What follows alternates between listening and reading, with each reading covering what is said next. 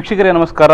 ವೇದಂ ಆರೋಗ್ಯ ಆಯುರ್ವೇದ ಆಸ್ಪತ್ರೆ ವೆಲೆನ್ಸಿಯಾ ಇವರು ಅರ್ಪಿಸುವ ವೇದಂ ಆರೋಗ್ಯ ವೈದ್ಯರೊಂದಿಗಿನ ನೇರ ಸಂವಾದದ ಮಾತುಕತೆ ನಡೆಯುವಂಥ ಕಾರ್ಯಕ್ರಮ. ಇವತ್ತಿನ ಕಾರ್ಯಕ್ರಮದಲ್ಲಿ ನಾವು ಸಚಿನ್ ನಡ್ಕರೊಂದಿಗೆ ಮಾತಾಡ್ತಾ ಇದ್ದೇವೆ. ಸರ್, ನಿಮ್ಮ ಕಾರ್ಯಕ್ರಮಕ್ಕೆ ಸ್ವಾಗತ ಮಾಡ್ತಾ ಇದ್ದೇನೆ. ಸೊ ನಾವು ಆ್ಯಕ್ಚುಲಿ ಆಯುರ್ವೇದದ ವಿಷಯದಲ್ಲಿ ಬಹಳಷ್ಟು ವಿಷಯಗಳನ್ನು, ಬಹಳ ವಿಸ್ತಾರವಾದ ಮಾಹಿತಿಯನ್ನು ನಮಗೆ ಕೊಡ್ತಾ ಹೋಗಿದ್ದೀರಿ ಈವರೆಗೆ ನೀವು. ಆದರೆ ನಾವು ಮನೆಯ ವಿಷಯದಲ್ಲಿ, ನಮ್ಮ ಮನೆಯಲ್ಲಿ ಕೆಲವು ಸಮಸ್ಯೆಗಳು, ಮುಖ್ಯವಾಗಿ ಗೃಹಿಣಿಯರಿಗೆ ಆಧರಿಸಿ ಕೆಲವು ಸಮಸ್ಯೆಗಳನ್ನು ಆಧರಿಸಿ ನಾವು ಪ್ರಶ್ನೆಯನ್ನು ಕೇಳಲಿಕ್ಕೆ ಬಯಸ್ತಾ ಇದ್ದೇನೆ. ಅಂದರೆ ನಾವು ಮಹಿಳೆಯರ ಬಗ್ಗೆ ಹೇಳೋದಾದರೆ, ಅವರು ನಿಂತು ಅಡುಗೆ ಮಾಡುವ ಒಂದು ಈಗ ಒಂದು ಅದನ್ನು ನಮ್ಮ ಫ್ಯಾಷನ್ ಅಂತ ಹೇಳ್ತಿರೋ ಅಥವಾ ಅದನ್ನ ನಮ್ಮ ನಿತ್ಯ ಕರ್ಮ ಅಂತ ಹೇಳ್ತಿರೋ ಆ ವಿಷಯದಲ್ಲಿ ಅವರು. ಆದರೆ ಅವರಲ್ಲಿ ಬಹಳಷ್ಟು ಸಮಸ್ಯೆಗಳು ಕಾಡ್ತಾ ಇರ್ತವೆ. ಒಂದು ಬೆನ್ನು ನೋವು, ಕತ್ತು ನೋವು, ಕಾಲು ನೋವು, ಪಾದ ನೋವು, ಈ ನೋವುಗಳ ಪಟ್ಟಿ ಅವರದ್ದು ದೊಡ್ಡದಾಗಿ ನಾವು ನಮ್ಮ ಪ್ರಾಕ್ಟೀಸ್ ಅಲ್ಲಿ ನೋಡುವಾಗ, ಎಸ್ಪೆಷಲಿ ಆಫ್ಟರ್ ಸರ್ಟನ್ ಏಜ್ ಆದಮೇಲೆ, ಈಗ ಯಂಗ್ ಏಜಲ್ಲಿ ಅಷ್ಟೇ, ಓಲ್ಡ್ ಏಜಲ್ಲಿ ಅಷ್ಟೇ. ಈ ಯಂಗ್ ಏಜಲ್ಲಿ ಅಂದರೆ ತುಂಬ ಸ್ಟ್ರೈನ್ ಆಗ್ತದೆ. ಸ್ಟ್ರೈನ್ ಆಗಿ ಅಂದರೆ ಮಾಂಸಖಂಡಗಳು ನೋವಾಗೋದು, ಅಂದರೆ ತುಂಬ ಕಂಟಿನ್ಯೂಸ್ ಆಗಿ ನಿಲ್ಲುವಾಗ ನಮ್ಮ ದೇಹದ ಭಾರ ಎಲ್ಲ ಮಂಡಿಗೆ ಬೀಳ್ತದೆ, ಅಥವಾ ನಮ್ಮ ಕಾಲಿನ ಮಾಂಸದ ಮೇಲೆ ಬೀಳ್ತದೆ, ಅಥವಾ ಮೊಣಕಾಲುಗಳ ಮೇಲೆ ಬೀಳ್ತದೆ, ಅಥವಾ ಬೆನ್ನಿನ ಮೇಲೆ ಬೀಳ್ತದೆ. ಸೊ ಯಾರು ಸ್ವಲ್ಪ ದಪ್ಪ ಜಾಸ್ತಿ ಆಗಿರ್ತಾರೆ, ಅವರು ಕಂಟಿನ್ಯೂಸ್ ಆಗಿ ನಿಂತಾಗ ಅವರಿಗೆ ನಮ್ಮ ಬೆನ್ನಿನ ಭಾಗ, ಮಂಡಿಯ ಭಾಗ, ಅಥವಾ ಮೊಣಕಾಲುಗಳಲ್ಲಿ, ಅಥವಾ ನಮ್ಮ ಕಾಲಿನ ಅಡಿಭಾಗದಲ್ಲಿ ನೋವುಗಳು ಬರುವಂಥ ಸಾಧ್ಯತೆ ಇರ್ತದೆ. ಅದರೊಟ್ಟಿಗೆ ಅವರಿಗೆ ನಿಧಾನವಾಗಿ ಸವೆತ, ಅಂದರೆ ಸರ್ಟನ್ ಏಜ್ ಆದಮೇಲೆ, 40 ವರ್ಷ ಆದಮೇಲೆ ಅಥವಾ ಮೆನೋಪಾಸ್ ಆದಮೇಲೆ ಸಹ ಅವರು ಕಂಟಿನ್ಯೂಸ್ ಆಗಿ ನಿಲ್ಲುವ ಕೆಲಸ ಮಾಡೋದ್ರಿಂದ ಅವರಿಗೆ ಬೆನ್ನಿನಲ್ಲಿ ಸವೆತ ಬರ್ಬೋದು, ಅಥವಾ ಮಂಡಿಯಲ್ಲಿ ಸವೆತ ಬರ್ಬೋದು, ಅಥವಾ ಮೊಣಕಾಲುಗಳಲ್ಲಿ ಸವೆತ ಬರುವಂಥ ಸಾಧ್ಯತೆ ಇರ್ತದೆ. ಯಂಗ್ ಏಜಲ್ಲಿ ನಾರ್ಮಲಿ ಅವರಿಗೆ ಕಂಟಿನ್ಯೂಸ್ ಆಗಿ ಅವರು ಮಾಡೋದ್ರಿಂದ ಈ ವೆರಿಕೋಸ್ ಅಂತ ಹೇಳುವಂಥ ವೆರಿಕೋಸ್ ವೇನ್ ಇರ್ತದೆ. ಅಂದರೆ ನಮ್ಮ ರಕ್ತನಾಳದ ಇಲಾಸ್ಟಿಸಿಟಿ ಕಮ್ಮಿಯಾಗಿ ರಕ್ತನಾಳಗಳು ದಪ್ಪ ಆಗಿ ಅಲ್ಲಿಂದ ನಮ್ಮ ಕಾಲಕ್ಕೆ ಹೋಗುವಂಥ ಈ ರಕ್ತ ಮೇಲೆ ಹತ್ತಲಿಕ್ಕೆ ಕಷ್ಟ ಆಗ್ತದೆ. ಅಂದರೆ ಅದರಲ್ಲಿ ವ್ಯಾಲ್ವ್ಸ್ ಅಂತ ಇರ್ತದೆ ನಮ್ಮ ರಕ್ತನಾಳದ ಒಳಗಡೆ. ಯಾವಾಗ ಅದರ ರಕ್ತನಾಳದ ಇಲಾಸ್ಟಿಸಿಟಿ ಕಮ್ಮಿ ಆಗ್ತದೆ, ಆವಾಗ ನಮಗೆ ನಿಧಾನವಾಗಿ ನಮ್ಮ ರಕ್ತನಾಳದಲ್ಲಿ ಈ ಬ್ಲಡ್ ಹತ್ತುದು ಕಮ್ಮಿ ಆಗ್ತದೆ. ಸೊ ಯಾವಾಗ ಈ ಪ್ರಕ್ರಿಯೆಗಳು ಆಗ್ತಾ ಹೋಗ್ತದೆ, ನಿಧಾನವಾಗಿ ನಮಗೆ ವೆರಿಕೋಸ್ ವೇನ್ ಅಂತ ಹೇಳುವಂಥ ಕಾಯಿಲೆಗಳು ಬರುವಂಥ ಸಾಧ್ಯತೆ ಇರ್ತದೆ.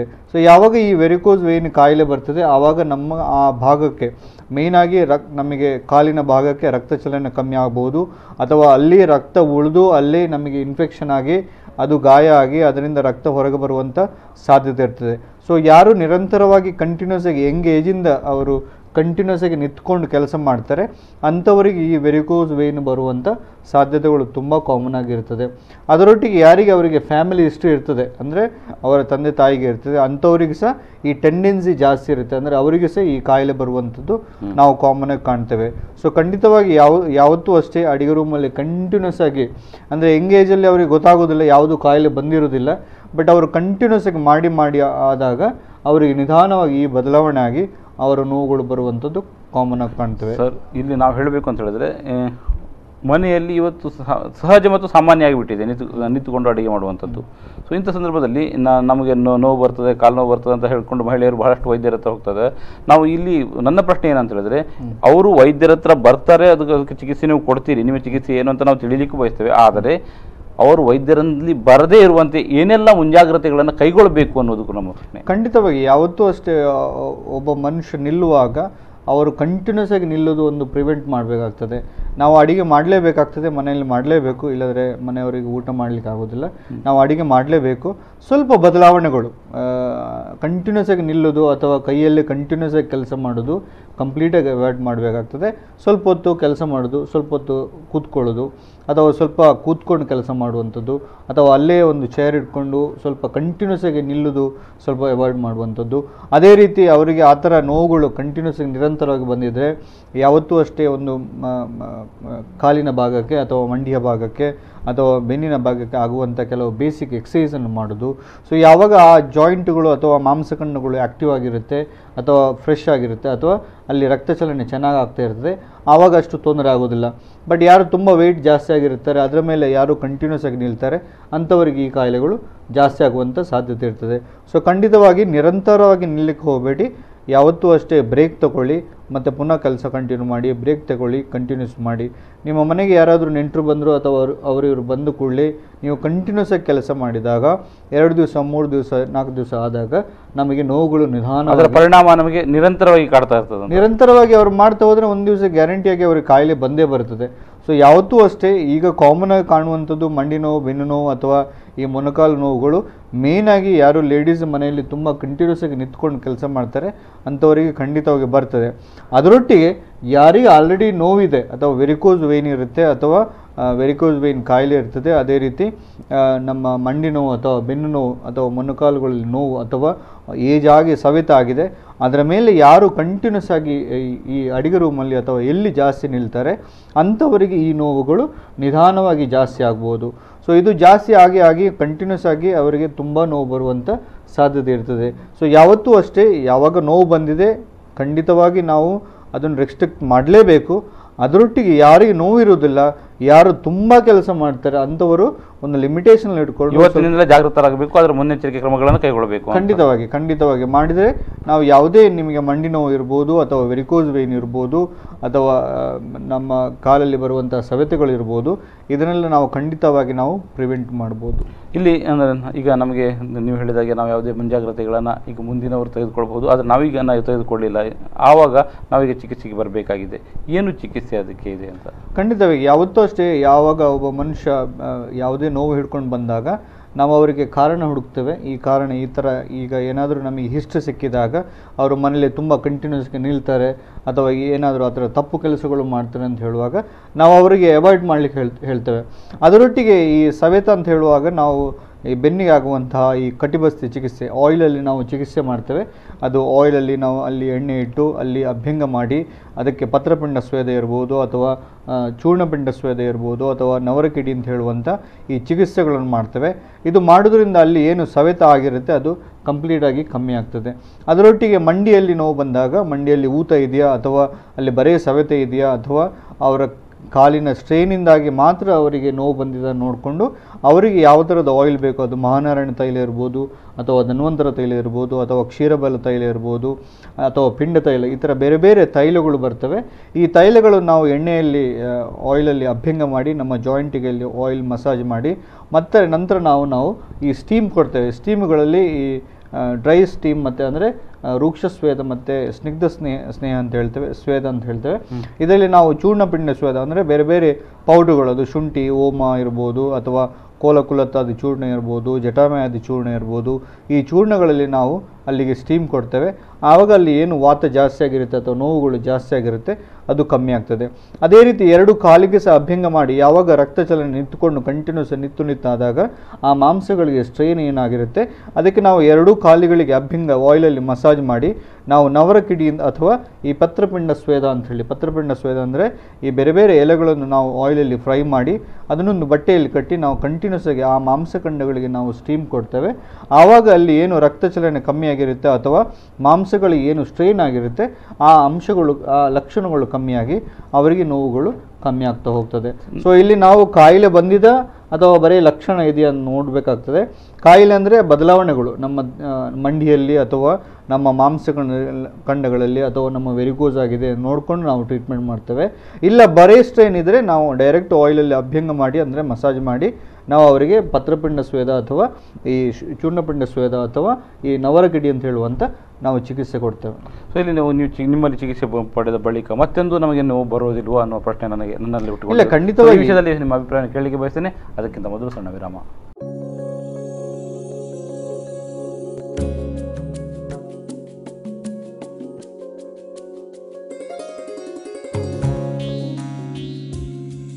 ವೀಕ್ಷಕರೇ, ವೇದಂ ಆರೋಗ್ಯ ಆಯುರ್ವೇದ ಆಸ್ಪತ್ರೆ PF ಕಚೇರಿಯ ಬಳಿ ವೆಲೆನ್ಸಿಯಾ ಮಂಗಳೂರು ಇವರು ಅರ್ಪಿಸುವ ವೇದಂ ಆರೋಗ್ಯ ವೇದಂ ಆರೋಗ್ಯದಲ್ಲಿ ನಾವು ಇಷ್ಟು ಸಚಿನ್ ನಡ್ಕರ್ ಅವರು ನಮಗೆ ಮಹಿಳೆಯರ ವಿಷಯದಲ್ಲಿ ನಾವು ಸ್ವಲ್ಪ ಮಾತಾಡ್ತಾ ಇದ್ವಿ. ಯಾಕಂದರೆ ಇದು ನಿತ್ಯ ಸಮಸ್ಯೆ, ನಿತ್ಯ ನಮಗೆ ಕೊಡ್ತಾರೆ. ನೀವು ಚಿಕಿತ್ಸೆ ಅಂದರೆ ಅದಕ್ಕೆ ಏನೆಲ್ಲ ನಾವು ಅಂದರೆ ಕಾಯಿಲೆಗಳು ಬರದೇ ಇರುವ ಹಾಗೆ, ಅಂದರೆ ನೋವು ಮುಖ್ಯವಾಗಿ ಬರದೇ ಇರುವ ಹಾಗೆ ಏನೆಲ್ಲ ಮಾಡಬೇಕು ಅಂತ ಹೇಳಿದ್ರಿ. ಚಿಕಿತ್ಸೆ ಬಗ್ಗೆನೂ ಹೇಳಿದ್ರಿ. ಅದು ನನ್ನ ಪ್ರಶ್ನೆ ಇರುವಂಥದ್ದು, ನಿಮ್ಮ ಹತ್ರ ಬಂದು ನಾವು ಚಿಕಿತ್ಸೆ ತೆಗೆದುಕೊಂಡಿದ್ವಿ, ಅದರ ನಂತರ ನಮಗಿಂತ ಬರೋದೇ ಇಲ್ವಾ ಹೇಗೆ ಅಂತ ಬರಬಾರ್ದು? ಖಂಡಿತವಾಗಿ ಇಲ್ಲ. ಯಾವುದೇ ಒಬ್ಬ ಮನುಷ್ಯ ತಪ್ಪು ಮಾಡಿದಾಗ ಅವನಿಗೆ ಕಾಯಿಲೆ ಬಂದೇ ಬರ್ತದೆ. ಸೊ ನಾವು ಖಂಡಿತವಾಗಿ ಅವರಿಗೆ ಎಕ್ಸ್ಪ್ಲೇನ್ ಮಾಡ್ತೇವೆ ಏನು ಮಾಡಬೇಕು ಏನು ಮಾಡಬಾರ್ದು ಅಂತ ಹೇಳಿ. ಸೊ ಯಾವುದೇ ತಪ್ಪುಗಳು ಮಾಡಿದಾಗ ನಮಗೆ ಕಾಯಿಲೆ ಬರ್ತದೆ. ನಾವು ಡಯಾಬಿಟಿಸ್ ಇರುವವರು ಅಥವಾ ಇಲ್ಲದವರು ಜಾಸ್ತಿ ಶುಗರ್ ತಿಂದರೆ ಅವರಿಗೆ ಡಯಾಬಿಟಿಸ್ ಜಾಸ್ತಿ ಆಗುತ್ತೆ. ಯಾರು ತುಂಬ ಕೊಬ್ಬು ತಿಂತಾರೆ ಅವರು ದಪ್ಪ ಆಗ್ತಾರೆ.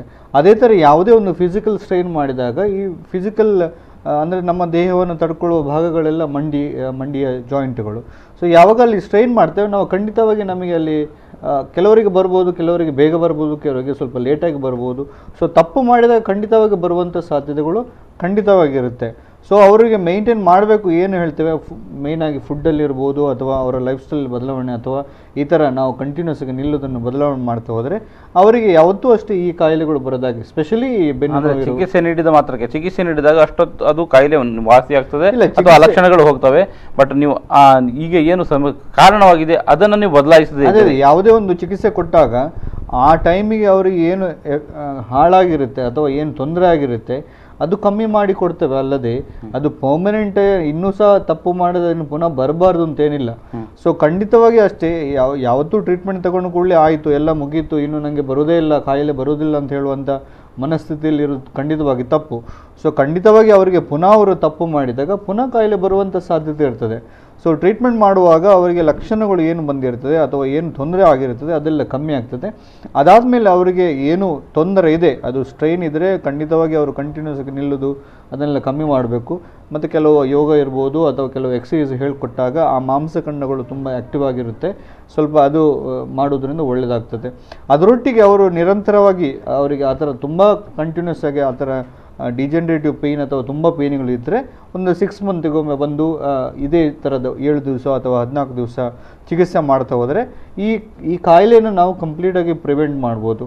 So overall it depends on person to person, ಎಲ್ಲರಿಗೂ ಒಂದೇ ಥರ ಹೇಳಲಿಕ್ಕೆ ಆಗೋದಿಲ್ಲ. ಬಟ್ ಜಾಗ್ರತೆ ಮಾಡಿದ್ರೆ ಅವರಿಗೆ ಯಾವುದು ಕಾಯಿಲೆ ಬರೋದಾಗೆ ನಾವು ನೋಡ್ಕೊಳ್ಬೋದು, ಅದೇ ಕಾಯಿಲೆ ಇದ್ದದನ್ನು ಸಹ ಪುನಃ ಬರೋದಾಗೆ ನೋಡ್ಕೊಳ್ಬೋದು. ಸೊ ನಾವಿಲ್ಲಿ ಮಹಿಳೆಯರ ವಿಷಯದಲ್ಲಿ ಮಾತಾಡ್ತಾ ಇರೋದ್ರಿಂದ ನಿಮ್ಮ ಹತ್ರ ನಾನು ಕೇಳಬೇಕು, ಮಹಿಳೆಯರು ಇವತ್ತಿನ ಸಮಯದಲ್ಲಿ ಅಂದರೆ ನಮ್ಮ ಜೀವನ ಪದ್ಧತಿ ಅಥವಾ ನಾವು ಬದುಕುವ ಲೈಫ್ ಸ್ಟೈಲ್ ಬದಲಾಗ್ತಾ ಇರೋದ್ರಿಂದ ಹಿಂದಿನ ಮಹಿಳೆಯರಿಗೂ ಇರುವ ಕಾಯಿಲೆಗಳಿಗೂ ಅಥವಾ ಸಮಸ್ಯೆಗಳಿಗೂ ಇವತ್ತಿನ ಮಹಿಳೆಯರಿಗಿರುವ ಸಮಸ್ಯೆಗಳು ಏನನ್ನ ಕಂಡಿದ್ದೀರಿ ನೀವು ಅಂತ? ಖಂಡಿತವಾಗಿ ಈಗ ಅಂದರೆ ಲೈಫ್ ಸ್ಟೈಲ್ ತುಂಬ ಚೇಂಜ್ ಆಗಿದೆ. ಈಗ ಎಲ್ಲರೂ ವರ್ಕ್ ಮಾಡ್ತಾ ಇದ್ದಾರೆ, ಲೇಡೀಸು ವರ್ಕ್ ಮಾಡ್ತಾರೆ, ಅಂದರೆ ಅರ್ಲಿ ಏಜಲ್ಲಿ ಅವರಿಗೆ ಕೆಲಸ ಸಿಗ್ತದೆ. ಸೊ ಒಂದು ಯಂಗ್ ಏಜಲ್ಲಿ ತುಂಬ ಅವರ ಆಹಾರ ಅಥವಾ ಲೈಫ್ ಸ್ಟೈಲ್ ತುಂಬ ಬದಲಾಗ್ತದೆ. ಅಂದರೆ ಮನೆಯಲ್ಲಿರೋದಿಲ್ಲ, ಹೊರಗಡೆ ಇರ್ತಾರೆ, ಜಾಬ್ ಆಗಿರುತ್ತೆ, ತಿನ್ನಲಿಕ್ಕೆ ಹೊರಗಡೆ ರೆಡಿಮೇಡ್ ಆಹಾರಗಳು ತುಂಬ ಇಷ್ಟಪಡ್ತಾರೆ. ಎಸ್ಪೆಷಲಿ ಲೇಡೀಸಲ್ಲಿ ನಾವು ನೋಡುವಾಗ ಬೆಳಗ್ಗೆಯಿಂದ ಸಂಜೆವರೆಗೆ ಏನು ತಿನ್ನೋದಿಲ್ಲ, ಸಂಜೆ ಹೋಗಿ ಅಥವಾ ಪಪ್ಸ್ ಅಥವಾ ಲೈಕ್ ಪಿಜ್ಜಾ ಬರ್ಗರ್ ಅದಕ್ಕೆ ತುಂಬ ಡಿಪೆಂಡ್ ಆಗಿರ್ತಾರೆ. ಅಂದರೆ ಅವರಿಗೆ ಹೆಲ್ತ್ ಕಾನ್ಷಿಯಸ್ ಇರುತ್ತೆ. ಹೆಲ್ತ್ ಕಾನ್ಷಿಯಸ್ ಏನಿರುತ್ತೆ ಅಂದರೆ ದಪ್ಪ ಆಗಬಾರ್ದು ಅಂತ ಇರ್ತದೆ, ಅದರೊಟ್ಟಿಗೆ ನಾನು ಏನೋ ಒಂದು ಈ ಥರದ್ದು ತಿನ್ನಬೇಕು ಅಂತಲೂ ಆಸೆ ಇರ್ತದೆ. ಸೊ ಇದರಿಂದಾಗಿ ಏನಾಗುತ್ತೆ ಅಂದರೆ ಎರ್ಲಿ ಏಜಲ್ಲಿ ಈ ಥರ ಕಂಟಿನ್ಯೂಸ್ ಆಗಿ ತುಂಬ ಫ್ಯಾಟ್ ಐಟಮ್ ಇರ್ಬೋದು ಅಥವಾ ಕೊಬ್ಬಿನ ಅಂಶ ಇರ್ಬೋದು ಅಥವಾ ಈ ಥರ ಹೊರಗಡೆ ತಿನ್ನೋದ್ರಿಂದ ಅವರಿಗೆ ಇರೆಗ್ಯುಲರ್ ಮೆನ್ಸಸ್ ಸ್ಟಾರ್ಟ್ ಆಗ್ತದೆ. ಇಟ್ ಈಸ್ ಕಾಲ್ಡ್ PCOD ಅಂತ ಹೇಳ್ತೇವೆ, ಪಾಲಿಸಿಸ್ಟಿಕ್ ಓರಿಯನ್ ಡಿಸೀಸ್ ಅಂತ ಹೇಳ್ತೇವೆ. ಸೊ ಇದು ಕಾಮನ್ ಆಗಿ ಯಂಗ್ ಏಜಲ್ಲಿ ಬರುವಂಥ ಬದಲಾವಣೆ. ಸೊ ಇದರಿಂದಾಗಿ ನಮ್ಮ ದೇಹದಲ್ಲಿ ಹಾರ್ಮೋನ್ಸ್ ಬದಲಾವಣೆ ಆಗುತ್ತೆ, ಅದರದ್ದು ನಮ್ಮ ದೇಹದಲ್ಲಿ ದಪ್ಪಾಗುವಂಥದ್ದು, ಲೇಡೀಸ್ ದಪ್ಪಾಗುವಂಥದ್ದು. ಬಿಕಾಸ್ ಯಾವಾಗ ಇರೆಗ್ಯುಲರ್ ಮೆನ್ಸಸ್ ಇರುತ್ತೆ ಆವಾಗ ಅವರಿಗೆ ಹಾರ್ಮೋನಲ್ ಬದಲಾವಣೆ ಆಗಿ ಅವರು ದಪ್ಪ ಆಗ್ಬೋದು ಅಥವಾ ಮುಖದಲ್ಲಿ ಕೂದಲು ಬರುವಂಥದ್ದು, ಈ ಥರ ಬದಲಾವಣೆಗಳು ನಿಧಾನ ಅಂದರೆ ಹೇರ್ ಫಾಲ್ ಆಗುವಂಥದ್ದು, ದೇಹ ಕಂಟ್ರೋಲಿಗೆ ಸಿಗೋದಿಲ್ಲ, ಸ್ವಲ್ಪ ತಿಂದರೂ ಅವರು ದಪ್ಪ ಆಗುವಂಥ ಸಾಧ್ಯತೆ ಇರ್ತದೆ, ಮೆನ್ಸಸ್ ಇರೆಗ್ಯುಲರ್ ಆಗ್ತದೆ. ಸೊ ಇದೆಲ್ಲ ಮೇಯ್ನಾಗಿ ಮುಖ್ಯವಾಗಿ ಅವರ ಆಹಾರ, ನಾವು ಕೂತ್ಕೊಂಡು ಮಾಡುವಂಥ ಕೆಲಸ, ಅದರೊಟ್ಟಿಗೆ ಆಹಾರಗಳು ತುಂಬ ಕೆಟ್ಟ ಆಹಾರ. ಸೊ ಯಂಗ್ ಏಜಲ್ಲಿ ಅವರ ತಂದೆ ತಾಯಿದು ರೆಸ್ಪಾನ್ಸಿಬಿಲಿಟಿ ಅವರಿಗೆ ಎಜುಕೇಟ್ ಮಾಡಬೇಕು. ಯಾರಿಗೊಬ್ಬ ಒಂದು ಲೇಡೀಸಿಗೆ ಅವರ ಮೆನ್ಸ್ಟ್ರುವಲ್ ಸೈಕಲ್ ಎಷ್ಟು ರೆಗ್ಯುಲರ್ ಆಗಿರ್ತದೆ ಆ ಲೇಡೀಸ್ ಅಥವಾ ಅವರು ಅಷ್ಟು ಹೆಲ್ದಿಯಾಗಿರ್ತಾರೆ ಅಂತ ಅರ್ಥ. ಯಾರಿಗೆ ಮೆನ್ಸ್ಟ್ರುವಲ್ ಸೈಕಲ್ ಇರೆಗ್ಯುಲರ್ ಆಗಿದೆ ಅದರ ಅರ್ಥ ಯಾವುದೋ ಒಂದು ಕೊಂಡಿ ತಪ್ಪಿದೆ, ಏನೋ ಒಂದು ನಮ್ಮ ದೇಹದಲ್ಲಿ ಬದಲಾವಣೆ ಆಗಿದೆ. ಒಂದು ಲೇಡೀಸ್ ಅಥವಾ ಒಂದು ಹುಡುಗಿ ಹೆಲ್ದಿಯಾಗಿದ್ದಾಳೆ ಅಂದರೆ ಅವಳಿಗೆ ಮೆನ್ಸಸ್ ಸೈಕಲ್ ಯಾವಾಗ ರೆಗ್ಯುಲರ್ ಆಗಿರುತ್ತೆ ಅದಕ್ಕೆ ನಾವು ಇರ್ತಾಳೆ ಅಂತ ಹೇಳ್ತೇವೆ. ಯಾವಾಗ ಅದು ಇರೆಗ್ಯುಲರ್ ಆಗ್ತದೆ ಏನೋ ಒಂದು ಬದಲಾವಣೆ ಆಗ್ತಾ ಇದೆ ಅಂತ ನಾವು ಅರ್ಥ ಮಾಡ್ಕೊಳ್ಬೇಕು. ಅದನ್ನು ನೋಡಿಕೊಂಡು ಅವರಿಗೆ ಏನು ತೊಂದರೆ ಇದೆಯಾ ಅಥವಾ ಅವರ ರೂಟೀನ್ ಅದು ಸೈಕಲೇ ಆಗಿದೆಯಾ ಅದನ್ನು ಅರ್ಥ ಮಾಡ್ಕೊಂಡು ಖಂಡಿತವಾಗಿ ಅವರಿಗೆ ಎಜುಕೇಟ್ ಮಾಡಬೇಕು. ಅದರೊಟ್ಟಿಗೆ ತಂದೆ ತಾಯಿದು ರೆಸ್ಪಾನ್ಸಿಬಿಲಿಟಿ ಇರ್ತದೆ. ಯಂಗ್ ಏಜಲ್ಲಿ ಆದಷ್ಟು ಈ ಥರ ಹೊರಗಡೆ ತಿನ್ನೋದು ಇದನ್ನೆಲ್ಲ ಆದಷ್ಟು ಅವಾಯ್ಡ್ ಮಾಡೋದು. ಹೊರಗಿನ ಆಹಾರ, ರೆಡಿಮೇಡ್ ಆಹಾರ ಮತ್ತು ಜಂಕ್ ಫುಡ್ ಅಂತ ಹೇಳ್ತೇವೆ ಅದನ್ನು ಅದರೊಟ್ಟಿಗೆ ಸ್ವಲ್ಪ ಎಕ್ಸಸೈಸ್ ಮಾಡೋದು, ನಮ್ಮ ಹೊಟ್ಟೆಯ ಭಾಗಕ್ಕೆ ಆಗುವಂಥ ಕೆಲವು ಎಕ್ಸಸೈಸ್ ಅಥವಾ ನಿರಂತರವಾಗಿ ಈ ಥರ ಆ್ಯಕ್ಟಿವಿಟಿಯಲ್ಲಿರುವಾಗ ಏನು ತೊಂದರೆ ಬರೋದಿಲ್ಲ. ಬಟ್ ಯಾರು ತುಂಬ ಕಂಟಿನ್ಯೂಸ್ ಆಗಿ ಕೂತ್ಕೊಂಡು ಕೆಲಸ ಮಾಡ್ತಾರೆ, ಅದರೊಟ್ಟಿಗೆ ಈ ಥರ ಜಂಕ್ ಫುಡ್ ಜಾಸ್ತಿ ತಿಂತಾರೆ, ಅಂಥವರಿಗೆ ಈ ಒಬೇಸಿಟಿ ಇರ್ಬೋದು ಅಥವಾ PCOD ಅಂತ ಹೇಳುವಂಥ ತೊಂದರೆ ಇರ್ಬೋದು, ಇದು ಯಂಗ್ ಏಜಲ್ಲಿ ಬರ್ತದೆ. ಅದರೊಟ್ಟಿಗೆ ಓಲ್ಡ್ ಏಜ್ ಆದಾಗ ನಾವು ಮುಖ್ಯವಾಗಿ ಸರ್ಟನ್ ಮೆನಪೋಸ್ ಅಂದರೆ ಮುಟ್ಟು ನಿಂತ ಮೇಲೆ ಯಾರು ಕಂಟಿನ್ಯೂಸ್ ಆಗಿ ತುಂಬ ಕೂತ್ಕೊಂಡು ಕೆಲಸ ಮಾಡ್ತಾರೆ ಅಥವಾ ನಿಂತ್ಕೊಂಡು ಕೆಲಸ ಮಾಡ್ತಾರೆ, ಅಂಥವರಿಗೆ ಈ ಮಂಡಿ ನೋವು ಬರುವಂಥದ್ದು ಅಥವಾ ಬೆನ್ನು ನೋವು ಬರುವಂಥದ್ದು ಅಥವಾ ನೋವುಗಳು ಬರುವಂಥದ್ದು ಕಾಮನ್ ಆಗಿ ಕಾಣ್ತವೆ.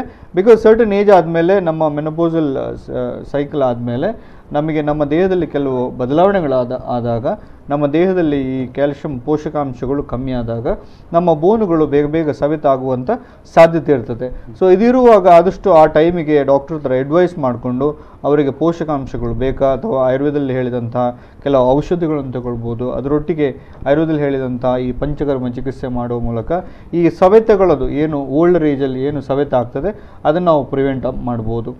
ಅದರೊಟ್ಟಿಗೆ ನಮ್ಮ ಆಹಾರ ಓವರಾಲ್ ಫುಡ್ ಬದಲಾವಣೆ ಆದ ಕಾರಣ ನಮ್ಮ ಬೋನ್ ಡೆನ್ಸಿಟಿ ಬೇಗ ಕಮ್ಮಿ ಆಗ್ತದೆ. ಇದು ಅರ್ಲಿ ಏಜಲ್ಲಿ ಮೆನೋಪೋಸ್ ಆಗೋ ಮೊದಲೇ ಲೇಡೀಸಿಗೆ ಮಂಡಿ ನೋವು ಅಥವಾ ಬೆನ್ನು ನೋವು ಬರುವಂಥದ್ದು ಕಾಮನ್ ಆಗಿ ಕಾಣ್ತೇವೆ. ಸೊ ಓವರಾಲ್ ಹೇಳುವಾಗ ನಮ್ಮ ಓವರಾಲ್ ಲೈಫ್ ಸ್ಟೈಲ್ ಬದಲಾವಣೆ ಆಗಿದೆ, ನಮ್ಮ ಫುಡ್ ಬದಲಾವಣೆ ಆಗಿದೆ.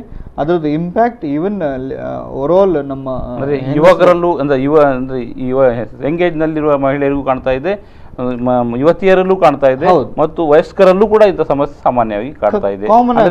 ಅಂದ್ರೆ ಇದು ಎಲ್ಲ ನಮ್ಮ ಜೀವನ ಪದ್ಧತಿ ಬದಲಾಗಿರುವುದು, ನಮ್ಮ ಆಹಾರ ಪದ್ಧತಿ ಬದಲಾಗಿರುವುದು. ಅದರೊಟ್ಟಿಗೆ ನೋಡಿ, ಈಗ ಎಲ್ಲರೂ ವರ್ಕ್ ಮಾಡುವಾಗ ಅಲ್ಲಿ ತುಂಬ ಟೆನ್ಷನ್ ಇರ್ತದೆ, ಅವರ ವರ್ಕ್ ಪ್ಲೇಸಲ್ಲಿ ಟೆನ್ಷನ್ ಇರ್ತದೆ. ಎಟ್ ದಿ ಸೇಮ್ ಟೈಮ್ ಅವರು ಫ್ಯಾಮಿಲಿ ಮ್ಯಾನೇಜ್ ಮಾಡಬೇಕು, ಎಟ್ ದಿ ಸೇಮ್ ಟೈಮ್ ಮಕ್ಕಳನ್ನು ಮ್ಯಾನೇಜ್ ಮಾಡಬೇಕು. ಇದೆಲ್ಲ ಓವರಾಲ್ ಸ್ಟ್ರೆಸ್ ಇರ್ತದೆ. ಅಂದರೆ ಬರೀ ಮನೆಯಲ್ಲಿ ಅವರು ಮ್ಯಾನೇಜ್ ಮಾಡುವಾಗ ಒಂದು ಸ್ಟ್ರೆಸ್ ಲೆವೆಲ್ ಬೇರೆಯೇ ಇರ್ತದೆ, ಆಫೀಸ್ ಇರುತ್ತೆ, ಮನೆ ಸಹ ಇರ್ತದೆ, ಅದರೊಟ್ಟಿಗೆ ಮಕ್ಕಳು ಮರಿಗಳು ಅಂತ ಹೇಳುವಾಗ ಅದು ಸ್ಟ್ರೆಸ್ ತುಂಬ ಇರ್ತದೆ.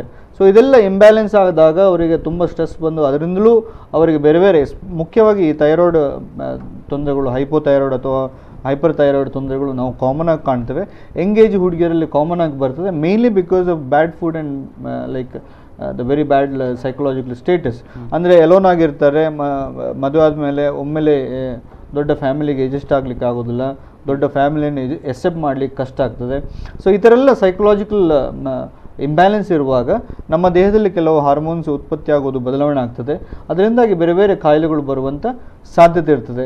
ಸೊ ಓವರಾಲ್ ನಾವು ಸೋಷಿಯಲ್ ಬ್ಯಾಲೆನ್ಸನ್ನು ಮಾಡ್ಕೊಳ್ಬೇಕು. ಅದರೊಟ್ಟಿಗೆ ನಾವು ನಮ್ಮ ಇತಿಮಿತಿಗಳನ್ನು ಅರ್ಥ ಮಾಡಿಕೊಂಡು ನಾವು ಮಾಡ್ತಾ ಇದ್ದರೆ ನಮಗೆ ಯಾವುದೂ ಕಾಯಿಲೆ ಬರೋದಿಲ್ಲ. ಅದರ್ವೈಸ್ ಡೆಫಿನೆಟ್ಲಿ ಈಗಿನ ಕಾಲದಲ್ಲಿ ಈ ಥೈರಾಯ್ಡ್ ಇರ್ಬೋದು ಅಥವಾ ಹೈಪೋಥೈರಾಯ್ಡ್ ಇರ್ಬೋದು, ಈ PCOD ಅಂತ ಹೇಳುವಂಥ ತೊಂದರೆ ಇರ್ಬೋದು, ಅದೇ ರೀತಿ ಒಬೇಸಿಟಿ ಅಂತ ಹೇಳುವಂಥದ್ದು ಇರ್ಬೋದು, ಅದೇ ರೀತಿ ಓಲ್ಡ್ ಏಜ್ ಆಗುವಾಗ ಈ ಸವೆತಗಳು ಕಾಮನ್ ಆಗಿ ಲೇಡೀಸಲ್ಲಿ ಬರುವಂಥ ಬದಲಾವಣೆ. ಥೈರಾಯ್ಡ್ ಬಗ್ಗೆ ಅಂದರೆ ನಾವು ನೋಡ್ತಾ ಇದ್ದೇವೆ, ಅಂದರೆ ನಮ್ಮ ಪ್ರತಿ ಕುಟುಂಬದಲ್ಲೂ ಒಂದಿಬ್ಬರು ಮಹಿಳೆಯರು ಥೈರಾಯ್ಡ್ ಸಮಸ್ಯೆಯನ್ನು, ಅದರಲ್ಲಿ ವಯಸ್ಸಿನ ಭೇದ ಇಲ್ಲ, ಅಂದರೆ ವಯಸ್ಸಾದವರು ಇದ್ದಾರೆ, ಸಣ್ಣ ವಯಸ್ಸಿನ ಯುವತಿಯರು ಮಹಿಳೆಯರು ಕೂಡ ಇದ್ದಾರೆ.